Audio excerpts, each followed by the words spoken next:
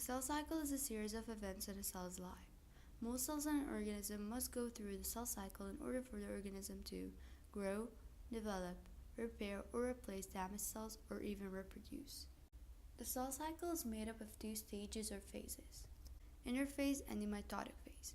Each of these contains several important steps in order for the cell to divide correctly. Now let's take a look at the diagram. As illustrated, interphase accounts for more than 80% of the duration in the cycle. For instance, in mammalian cells it takes between 18 to 20 hours out of 24 hours for interphase to be complete, while it only takes 2 hours to complete the mitotic phase. The first step in the cell cycle is G1, and it is the longest stage of the interphase, lasting about 10 hours. Moving on, the cell enters the S stage, taking about 5 to 6 hours, and finally enters the final stage of the interphase, which is the G2, where it takes about 3 to 4 hours to prepare itself for the mitotic phase. The mitotic phase contains two divisions: mitosis, where the nucleus divides, and the cytokinesis, where the cytoplasm divides. Mitosis is the reproduction of all cells except the egg and the sperm. Mitosis consists of the PMAT stages, an acronym that stands for prophase, metaphase, anaphase, and telophase, respectively.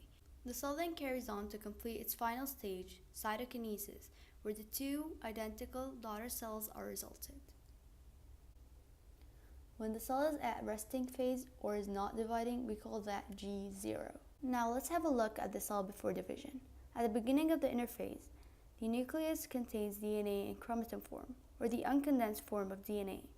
And there is the centrosome that has two centrioles which later make up these spindle fibers. The cell cycle starts with G1, which is the first gap period during which the cell starts growing rapidly as it carries on its normal functions. At the end of G1, the centrioles will begin to duplicate, and then the cell enters into the synthesis, or the S stage, where the DNA is duplicated or replicated. Now we move into our final stage of interphase, which is G2, where the cell continues growing and makes some essential minerals and proteins needed for the mitotic phase. The mitotic phase begins with prophase, where the DNA coils tightly into chromosomes.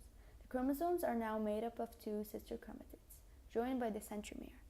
The nuclear membrane then breaks down and disappears. The centrioles go near the poles and spindle fibers form between them.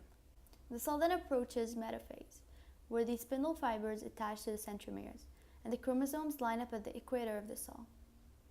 And then the cell goes into anaphase, where sister chromatids separate and the spindle fibers shorten, causing the chromosomes to be pulled into opposite sides. The cell then enters its final stage in mitosis, which is telophase, where the nuclear membranes start reforming around the chromosomes, and spindle fibers break down. And the chromosomes start to uncoil, and the cells elongate. And that marks the end of mitosis. The cell cycle ends with cytokinesis, where a protein called actin forms a ring around the cell, which will help it to split. The crease where the cytoplasm divides is called the cleavage furrow. The results of this division are two identical daughter cells sharing the same number of chromosomes as each other's and as the starting cell.